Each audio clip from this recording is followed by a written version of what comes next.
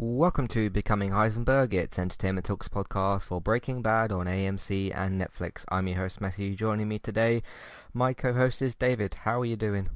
I'm doing well, thanks. Good. So we're not here to talk about a specific episode. We're here to talk about season one in a wrap-up sort of style podcast. Basically, what we're doing today is doing a feedback-centric episode. One of the reasons, of course, if you listen to the first season of episodes, we scheduled them, or I scheduled them more specifically, so nobody knew that we were actually doing them, so that nobody would have any reason to write in about Breaking Bad.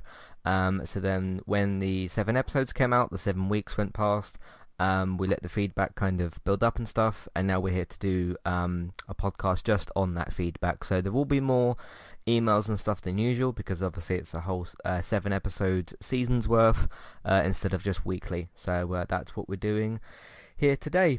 I just thought we'd start off, but just slightly before we get into that, any other thoughts on season one and kind of revisiting it and stuff? It was a fun thing to kind of do, wasn't it?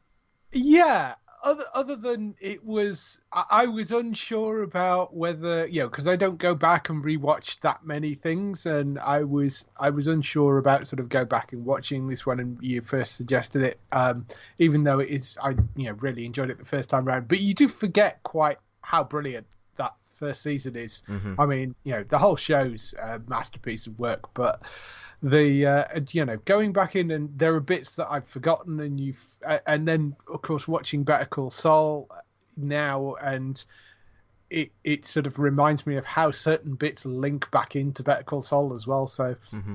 Yeah, yeah, yeah. it was really fun. I really enjoyed going back and watching through it again, which I don't always do. There are a few shows that I will, stick on in the background that I know really well, like Firefly, for example. I've seen many, many times, and old episodes of Red Dwarf I've watched millions of times, and there's stuff like that which I will happily go and sit and watch again.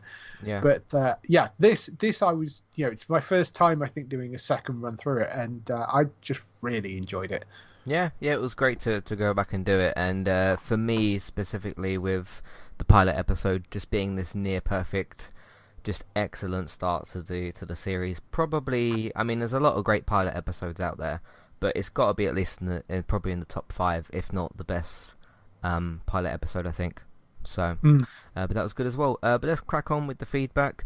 Robert says, on episode 6, one of the best episodes, it was kind of the birth of the Heisenberg persona. So this is the episode where I believe he does put on his hat in the 6th episode, doesn't he? Yeah, Yeah, because I then think so. Yeah. they're dealing with Crazy 8 by that point, and they go to meet him and all that sort of thing.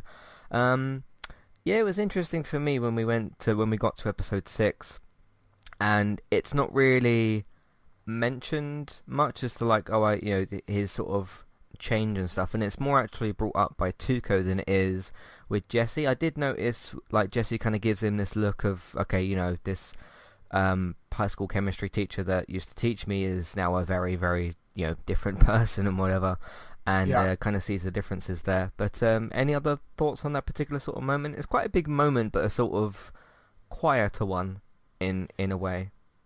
Yeah, and there is a difference between when he first calls himself Heisenberg and when he kind of becomes Heisenberg, I think, because that's the first meeting with Tuco. That's when he actually uses the name Heisenberg for the first time. But there is a certain attitude towards that. And we've talked about this, like the point where he kind of goes and actively makes the decision to go and trash that guy's car. Is sort of the first little glimpse of it that we see. But I mean, this is certainly the first point that we actually see the Heisenberg persona start to sort of take over, because it's when he kind of blows up the room using the bag of whatever it was, fulminated mercury. It was, I think, Some sort of drug, yeah, some sort of, yeah, yeah. some sort of chemical. Although I think they did a MythBusters on this and actually said that wouldn't work. But, it's TV. Yeah. That's fine. Yeah. So that's certainly the first time we actually hear him use the name Heisenberg. But, I mean, it was a great sequence as well, that. Yeah, it's a great episode, just like most of them. Yes. Paul says, try and picture a Breaking Bad reboot. Who would play who? And if there is a different showrunner, which there probably would be, I guess, who should that be? Oof. This is difficult. I mean, we'll go with like the main cast and not every single character. Otherwise, we'll be here till tomorrow. Yeah. Walter, I think this is a bit. There's some shows that, well, not reboot proof because nothing's really reboot proof. Everything could be rebooted. It's just certain things shouldn't. Breaking Bad's kind of one of them things where there's not very many actors or actresses that I could see in similar roles. Yeah, so it's a tough one for me. Any particular ideas? Well, yourself? I mean, if you're talking about the main character, Yeah. the only characters really you could talk about for that are Walter and Jesse. I think, I mean, I think you've got to narrow it down to that sort of relationship. I'm not sure. Yeah. I honestly can't think of. It's so fresh in my memory. I really struggle to think of what other actor. I mean, there are great actors out there, but it would be such a different beast if it was somebody other than Bryan Cranston and Aaron Paul playing those roles. Yeah. Did you know about, speaking of like different versions of Breaking Bad, there is, I can't remember what country it's from, some sort of foreign version of Breaking Bad. I think it may be Hispanic or something like that. And there's actually this YouTube video I watched like comparing this normal version of the show and then the other version, and it was just really poor in comparison. Like the acting wasn't as good, and there was all these like lighting choices that they made and a whole bunch of things that they got wrong, which again kind of goes to show that just certain things you really shouldn't reboot or remake or retry or whatever, because the results just will not be anywhere near as good. And they'll be endlessly compared to their original versions. Yeah, I'm struggling to think of any actors particularly. There's no actors I can really think of that are similar to even just Aaron Paul and Bryan Cranston particularly. What about showrunner? I'm just sticking with the actors a second. There was apparently Matthew Broderick was offered the role of Walter White. Who's that? Matthew Broderick is the guy that played Ferris Bueller. Is probably what he's best known for, but he was in The Producers and trying to think what else he starred in recently. He's the voice of the older Simba in the Lion King cartoon. But he was in The Producers. He was in that TV show Daybreak recently. He played the principal, I think, on that show. Oh, yeah. That cancelled Netflix zombie. That cancelled Netflix zombie thing, which I never watched. But yeah, I mean, the thing he's most well known for is the film that he did, which was Ferris Bueller's Day Off. But he was one of that sort of generation. And then he went on to do The Producers later on. But apparently he was offered the role and turned it down. And I can sort of see why they offered him the role, because he's got that kind of teachery vibe, but he has got kind of a meanness to him that could flip. So I mean, it would have been a very different thing, but that apparently was one actor that was offered the role. So I could see maybe someone like Reese Witherspoon playing as Skylar. She did sort of a motherly kind of role in I'm not saying kind of motherly, she was the mother in the show. One of the mother roles in Little Fires Everywhere. I think it was Kerry Washington, the other actress from the other family in the same show. What about like John Bernthal as Hank? That would work. You'd have to tone the Shane aggressiveness down a notch, because I know Hank can be very aggressive, but Shane is just on a different level. Yeah. So yeah. John Cusack apparently was also offered the role of Walter White as well. Which again, I can see where they're possibly would have been going with that. But it's so difficult to imagine anybody else in that role at this point, because Bryan Cranston did such an incredible job with it.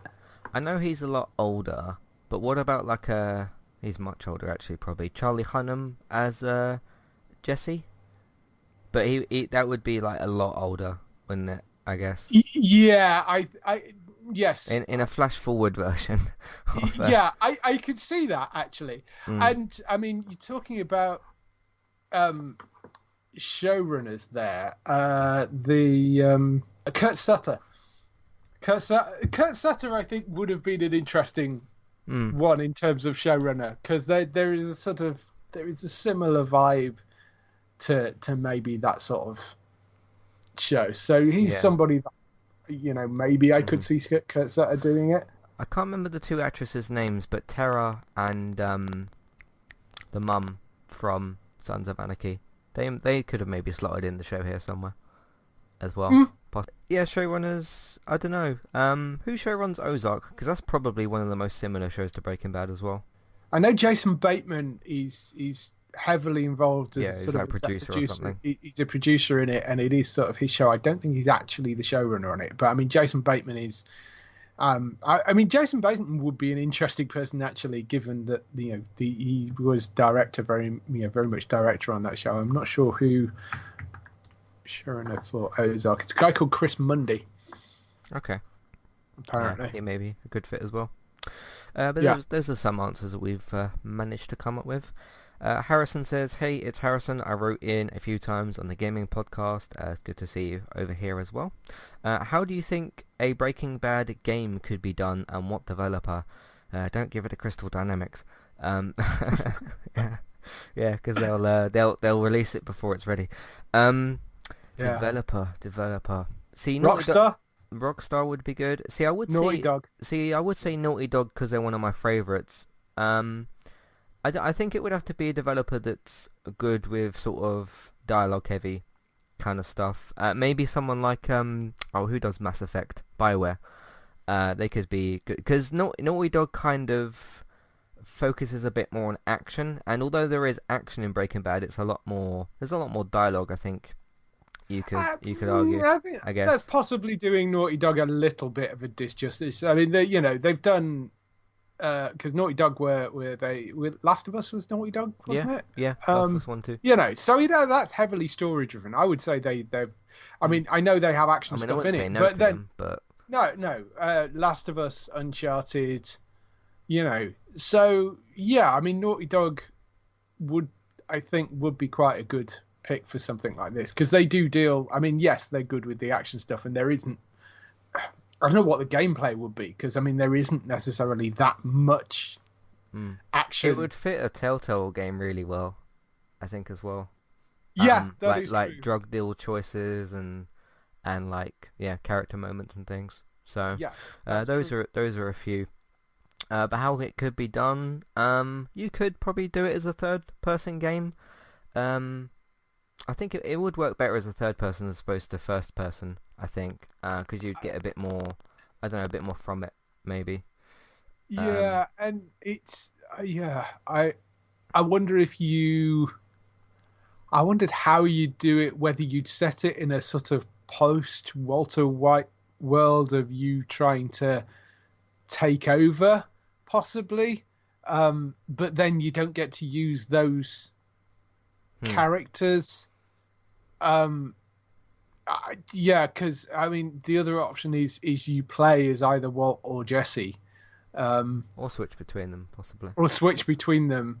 Yeah. But there were never that many sort of out and out gunfight. I mean, there were a few, but there weren't. It wasn't fully action led. Mm-hmm. So you need to have it as being somehow story led, and I'm not sure where you go with that. I would say that Naughty Dog would be good at the really dark, gritty storytelling parts of it as well, because they just did it with Last of Us 2, and that was certainly dark and gritty. Yeah. So yeah, that would be quite good as well. Tyler says, "What do you think Walt thought he was in for when he started this, as he ends up killing certain people?" I don't know. I mean, it was a difficult situation for him. Where we'll get to an email later that talks a bit about the whole Gretchen Elliott big situation, which is one of the driving forces of the whole plot. but it was about it turned into his ego, and he struggled to really have one before this kind of started. Because as I mentioned numerous times on the main podcasts, Hank was always the bigger, overshadowing brother with the ego. You know, he turns up and he's kind of Yeah. the bigger man at his own brother's birthday in the pilot episode. So I think it was for Walt about getting some sense of control and choice, because there's two parts of the choice from him, which is the actual choices he makes through these drug deals, and then the choices about his own cancer, which they had the whole talking pillow scene for. So I think for him it's about getting control, getting choices, getting a bit somewhat of an ego, which obviously turns into the whole Heisenberg thing. So yeah, I mean, he wasn't necessarily thinking about everything, but No, I don't. It's interesting. I mean, the entire premise of the show is a person's fall from grace. You know, usually yeah. you start off with somebody who is in a lowly position, and it's sort of this road of positivity towards, you know, it's the hero story of, you know, lowly villager becomes king sort of thing. You know, that's your usual track through a TV series. Whereas this is an anti-hero story. It's a good man falling to corruption, and you know, letting the power and the greed overtake him, because it does get to a point where, you know, as you go through the seasons, he doesn't need this money anymore. The entire purpose when he started it was to get money to have, so his family would have, you know, money should he die, and, you know, there is a financial future should he die, and also to pay for the treatment. Whereas as he gets through the series, there is a point that he doesn't need to do this anymore. Yeah, he just wants to. Yeah, he wants to. There is, and that's the sort of, you know, he makes that conscious decision, and it is that corruption that, you know, he is dying from cancer, but there is an internal corruption that is happening with his kind of soul as well throughout the whole thing. And I think that's what makes it the most interesting, this incredibly interesting series, is because the entire premise is this sort of anti-hero journey of how power corrupts a good person. Yeah, certainly. What's next? Mohammed says, how different do you think the series would have ended up if Jesse was killed at the end of season 1, which was the original plan? What's the original plan? Vince has talked about that before. Glad he did survive, at least past the first season. We won't spoil past that, but yeah, he at least survives the first season, which we've obviously just finished covering. Yeah, I mean, you would have ended up with quite a different series. I mean, you would still have had one of your main characters in Walt, arguably, you know, the driving force of the whole thing. But a lot of scenes where, you know, you got the partnership thing kind of going on, and the chemistry building between them, and the character development for both of them. Because there's certain things that happen later on that one person does that certainly affects the other, and vice versa as well. So it would just been a very different series, and you probably would have had to. I can't imagine the series with Walt completely on his own, like without any sort of partner. So maybe you would have had it to where, do you think like Skinny Pete or Badger may have like stepped in or something, or I just think you'd have had to have another character realistically to fill that other role. I think maybe, because otherwise I don't know how you end up doing certain scenes.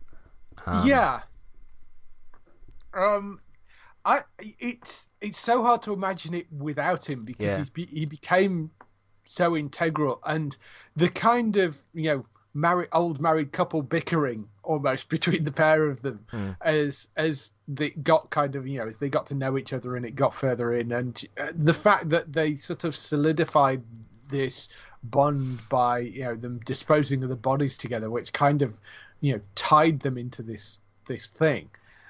I find it very difficult to think of any other character that could have really been sat in that role. I mean, as you get later on, I think there is, you know, you could have had Walt as a sort of loner, and there was the other sort of rival Cook that we meet later on. Yeah. I don't know whose name completely escapes me right now, but I mean, you could have Gale had, or something, I think his name is. yeah, Gale. You know, so you could have maybe had some of Jesse's relationship with Gale later on, but that doesn't come in until they start dealing more with Gus, and you know, we don't get that through the first season. So, yeah, but if Jesse was killed at the first season, it would have, you know, maybe you would have brought Gale in then. Mm-hmm. But You'd really tricky. have had to have someone to fill that partner role. It just depends who that would have been. But Yeah. regardless of who that would have been, it would have just fundamentally changed the Walt-Jesse relationship, which would have no longer been there. So Yeah, it would have fundamentally changed the entire show, I think. has he ever talked about what his plans actually were? No, Vince, 'cause I don't think so. I mean, they've had a few different ideas. I mean, you know, they talked about killing off Skylar. They talked about, you know, killing off Jesse as a possibility. I don't think they've ever talked about exactly what the idea was going after that. You know, they've talked about the idea of having Walt escape at the end. So, yeah. Yeah, but I suppose, you know, as a showrunner, you've got to sort of brainstorm those potential different paths. So Yeah. What do we have next? Caitlin says, Irish girl here. That's cool. How do you feel about the use of accents in the series? Could they have used more or less foreign characters? I think they've got a good balance of both, because you do have more, is it sort of Latino, Mexican sort of? Yeah, well, it's Mexican. Yeah, I mean, it's South American cartels, Yeah. isn't it? Most of it, and Yeah. I think it's Mexican in most cases. Because the Salamancas are Mexican. So, So you got that, and then you got Americans and some others that kind of pop in and stuff. yeah, and you've got, I mean, Gus, obviously, who plays that with an accent as well. Yeah. So, So yeah, I feel like they balance that pretty well in throughout the series. It's not particularly one side or the other. So no, and I can't remember. Did they use the actual Mexican with subtitles in places? I think they probably do, but maybe, yeah. No, they must have at some point. Yeah, because they had like I'm sure they those must big do. meetings and that later on in the series. Yeah. So, but yeah, I feel like that's pretty good in the series as well. We're going to take a very quick break. We'll be back very soon. Just going to do a short little housekeeping section, and then we'll be back in a second. Hey there, I'm Aaron Holman, host of Eye to Eye, a weekly podcast talk show all about passion, I have this passion and this fire within me that burns brighter than the fire around me. flow, With performing, there's always a story to tell, whether it's my own or and not. creativity, I go, he's more than cute, he's creative. all with an LGBT twist. Make sure to check out Eye to Eye, that's EYE, number 2, letter I, and rate and subscribe on Apple Podcasts or wherever you listen in today.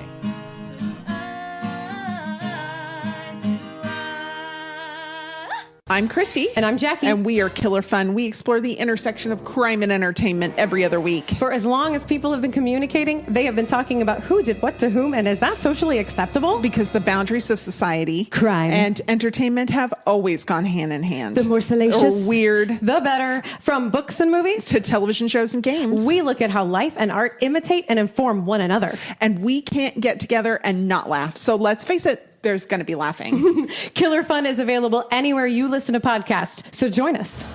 If you'd like to get started with a domain name and a website today, just click on the link in the show notes and that will take you over to Koalu to get started. They also have a live support chat system that you can use, which is in the bottom right hand corner. So get started with a new website and domain name today with Koalu. Hey everybody, if you would like to get the ad-free versions of all of our podcasts and support Entertainment Talk along the way, all you need to do is head over to patreon.com/entertainment talk. Sign up either as a creator or as a Patreon. There's no difference there. That's just the option for either becoming a creator now or just staying as a patron for the moment. And then all you need to do is support us at the $1 level tier. That will get you access to all of the ad-free podcasts that we've done in the past, and get you access to all the ad-free podcasts in that month as well. So it's a great way to support us on Entertainment Talk and to get rid of the ads and get your ad-free podcasts. You can also become a patron at the $3 level tier. That gets you access to ad-free podcasts and allows you to redeem a review of a TV show or a film of entirely your choice. That's one per month for either a TV show or a film review, which is at the $3 level tier. As always, thank you very much for listening. Back to the show. Alright, so I'm just going to quickly run through these. We got the Walking Dead World Beyond podcast today, Season 1, Episode 6. We've got Gaming Talk from yesterday, talking about the Avengers game, some updates for that, Mass Effect Remastered, and some big things added, to Xbox Game Pass. Fear the Walking Dead still continuing, Season 6, Episode 5. Did the spoiler-free review for Enola Holmes, based off the Sherlock Holmes franchise. Enola Holmes is the sister, of course. That's on Netflix. Did a spoiler-free review for that. United cast may not be Everton 3-1 away. That's the last game until the international break for a few weeks. So we'll be back with that soon. Star Trek Discovery Season 3, Episode 4. That will be continuing on Fridays. Man United lost 2-1 away to Istanbul in the Champions League. So that was the previous match. And that is... Yep, pretty much everything we've been doing as of recently on entertainmenttalk.org and on podcast platforms as well. Juliet says, when Walt realizes he has to kill Crazy 8, how else could that situation have gone? Jesse rightfully stuffed Walt with the situation due to their deal. What else could have happened? So this is one of the interesting things with Breaking Bad is, I understand people asking about, okay, if this different thing had happened or whatever, and you end up sort of with a alternate version of the show almost, like we just talked about with Jesse.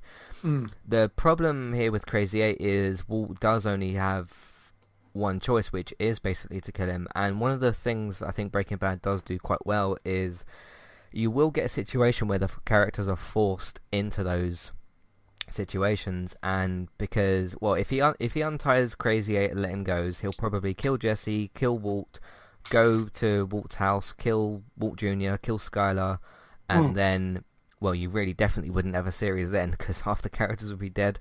And it's kind of less about what Crazy 8 would do and more about, okay, how is Walt gonna, handle this situation? He has to kill this person. He hasn't really got a choice, because he knows that, like I said, if he lets him go, that's pretty much it. And obviously he knows that Crazy 8's got connections and that sort of thing. So yeah, I like the way the show sort of forces characters into those situations, and I do like the connective part there with Jesse, where sure, Jesse could go down to the basement and do it, but Jesse already did his part of the deal, which is what they talked about a few episodes prior, and it's sort of, Jesse's stressing this, partnership thing to him, and Walt just hasn't done his end of the deal, and I quite like the way that they put them both in that situation. What do you think? Yeah, I mean, there really wasn't any other option at that point. And I mean, Walt does almost let him go at one point, and Crazy 8 tries to kill him. So yeah, broken plate on that. Yeah, if Crazy 8 hadn't done that and they had actually let him go, there was no way Crazy 8 was just going to go, ooh, glad that's over, and then disappear. Yeah, he would have come back and. There would have been a confrontation at some point further down the line. So it would have been unrealistic, I think, just to let him go and then disappear, and maybe he could pop up, but it would have made Walt rather more paranoid, I guess. And they would have had to have resolved that at some point. Yeah, because you can't just have Crazy 8 leave, disappear, and never come back on screen again, because then you're leaving a big empty plot thread there. So he either would have gone after the family, or Crazy 8 was going to die whatever you did. So he either would have had to have come back and gone after the family, and then Walt would have had to step in somehow, and but then you've potentially exposed Walt to his family a lot earlier than you possibly want to. So, there's all sorts of issues. There's a few choices in this show that just would have had a fundamental, massive shift on the whole story. and it's less about will this character do this thing or not, and more about they pretty much have to, because if they don't, then disaster happens. But because once they do this thing they have to do, how do they deal with that afterwards? Because things like this, Walt's first kill, is pretty massive as well, and it has, like I said, a big impact on Jesse and Walt's relationship going forward. So Bethany, we just got 1, 2, 3 more. Bethany says, so glad you are both podcasting on BB. I'm assuming she means Breaking Bad and not Big Brother. Yes. With how you both praise the series, are you thinking of doing rewatches for anything else? I am thinking of doing a rewatch for something else. I'm not going to say what it is. I might discuss it with you off the air. I haven't actually got round to actually doing that yet, because it's going to be quite a big thing to do. But I do have other plans for things like that, and some of that is in classic reviews as well, like rewatching the Toy Story films, and which is always good fun, and certain things like that. So we've kind of done those things a little bit already, but this is the first kind of full rewatch podcast that we've done, and it's on an excellent show. So yeah, glad that you're happy with that choice as well. I'm assuming, Bethany, that you watch Better Call Saul maybe as well, because we've obviously covered that, and El Camino as well. So so what other, I'm not asking in terms of direct podcast ideas, but what other things would you like to kind of revisit? Well, I mentioned some of them earlier, actually. Right, One Firefly. things that I have watched, Firefly is one that I would do, because it's a relatively short series, unfortunately. There's only one season of it, and there's a movie, so that would be an interesting one to do. I'm not sure if you actually managed to watch the whole of that yet. I can't remember. Yeah, did a few years ago. Yeah, yes. Yeah. I think you're thinking of Bex. She hasn't watched. Yes. Yeah. Firefly. No, I know Bex hasn't watched it, which is just appalling. Bit strange as well. Yeah. Given that it's because much as she loves spaceships, she hates westerns. And I was like, get over yourself. Has she seen Mandalorians? Because that's kind of similar. Yeah, because that's and she likes that. So she's seen some episodes of that, I think. So Okay. she hasn't. I don't think she's got an active Disney Plus subscription at the moment. So Right. yeah, it's excuses is what it is. So yeah, I mean, there's that. I'm trying to think older shows, because that's what we're really talking about. And they sort of, I mean, I lean more in towards genre things, I think, if I was going to do something like that. So yeah. Another pretty big choice for me would be something like 24, but that's literally 9 or 8 seasons. Oof, 8 seasons of 24 episodes, and then yeah, that's ninth- a lot to go. yeah, that would be a hell of a lot. Yeah. Because in terms of my other favourite stuff, like I've reviewed Last of Us, I've talked about Toy Story, did the whole kind of series thing on that. Crash Bandicoot, I've gone through and everything. Recently reviewed the 4th game. So in terms of stuff I really deeply care about, I've done a lot of the other things on them as well. But yeah, 24 for me would be. I don't know if we will ever do that, because like you said, that would be a huge thing to do. That would take a very long time. Yes. But yeah, those are some other things. And in the last email, we didn't get sent this last, but I thought it would be fitting to put this last, and you'll understand why in a minute. Lance says, Elliot. So he's written like a fake bit of sort of dialogue here. So Elliot, obviously from Gretchen and Elliot. Walt, come back to Grey Matter. Walt, I really want to say fuck no to you and Gretchen, but I need to think of myself and my family instead. End of series. Yes. Yeah. Well, we've said before, there are so many things that if this, I mean, that particular instance, yeah, I mean, that would have been Walt had, if Walt had got over his ego and just taken the money and gone back, that would have been the end of the series. Also, it's a show that does not work in anywhere but America because of their stupid health system.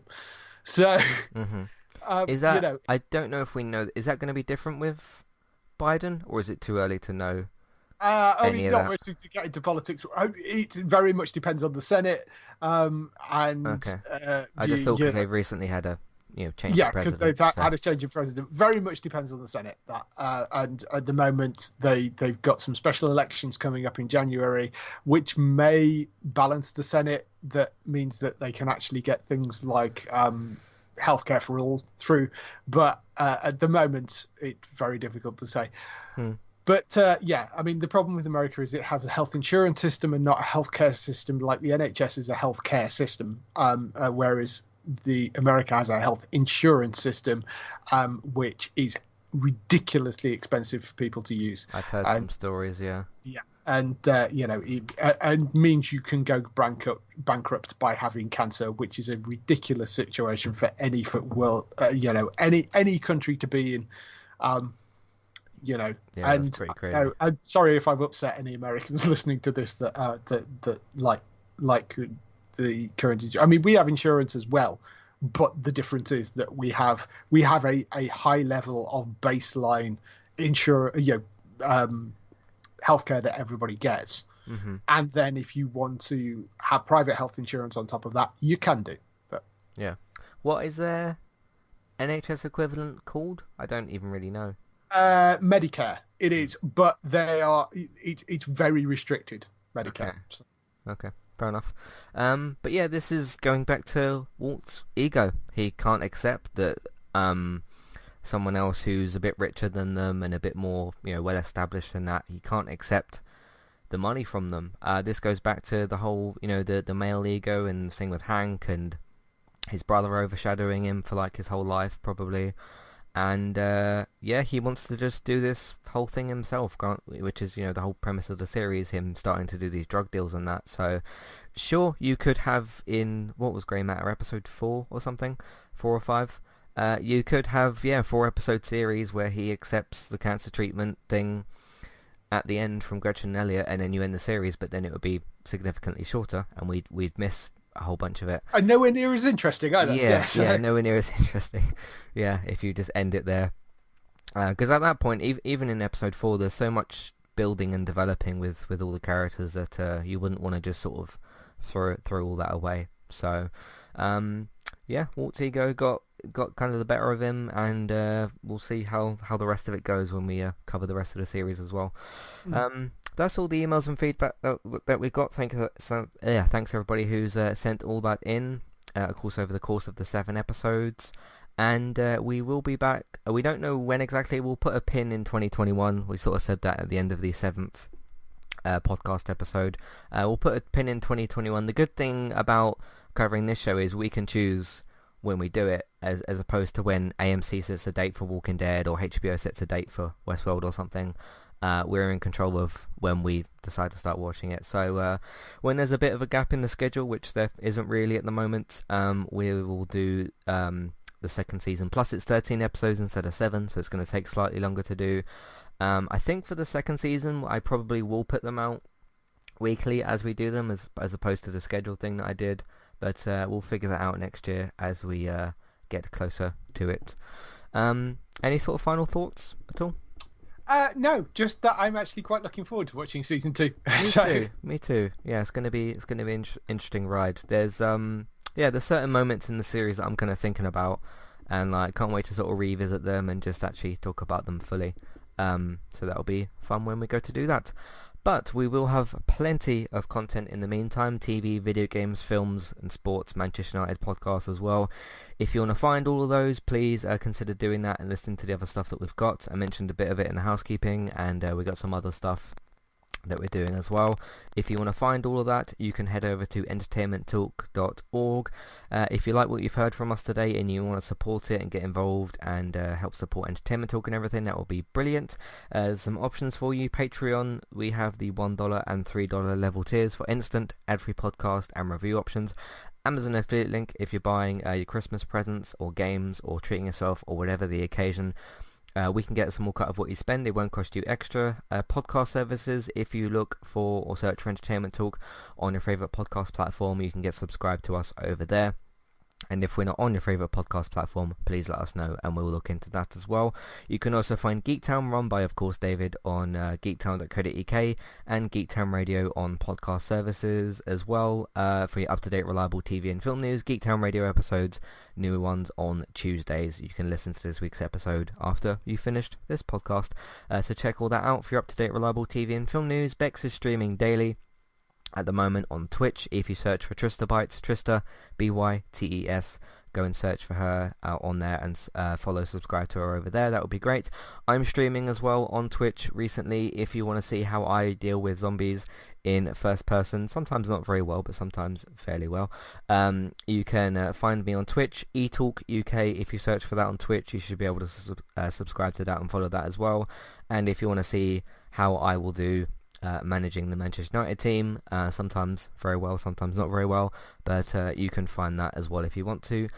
Word of mouth, you can simply tell people that you know about the website, Entertainment Talk, Geektown, Trista Bytes, and everything else that I mentioned. Social media, same thing, Facebook, Twitter, and different Facebook groups. And lastly, look out for Let's Play Sunday episodes on Sundays. Thanks for watching, thanks for listening, and we will see you either next year for the second season or probably sometime soon for the next podcast. Thanks for listening. We'll see you next time. Goodbye. Bye.